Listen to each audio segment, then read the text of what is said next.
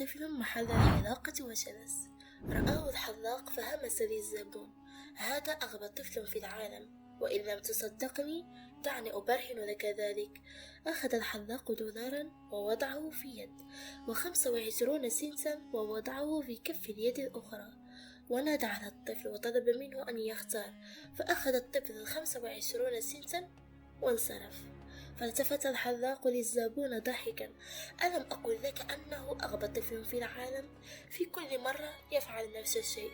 تعجب الزبون لفعل الطفل، ولما خرج قابله في الشارع فسأله: لماذا اخترت 25 سنتا بدلا من الدولار؟ أو كل مرة تفعل هذا؟ فأجاب الطفل: في اليوم الذي سأختار فيه الدولار سوف تنتهي اللعبة، وأخسر أنا 25 سنتا الذي أحصل عليه في كل مرة. دائما تصرف بحكمة ولا تتصرف بطمع.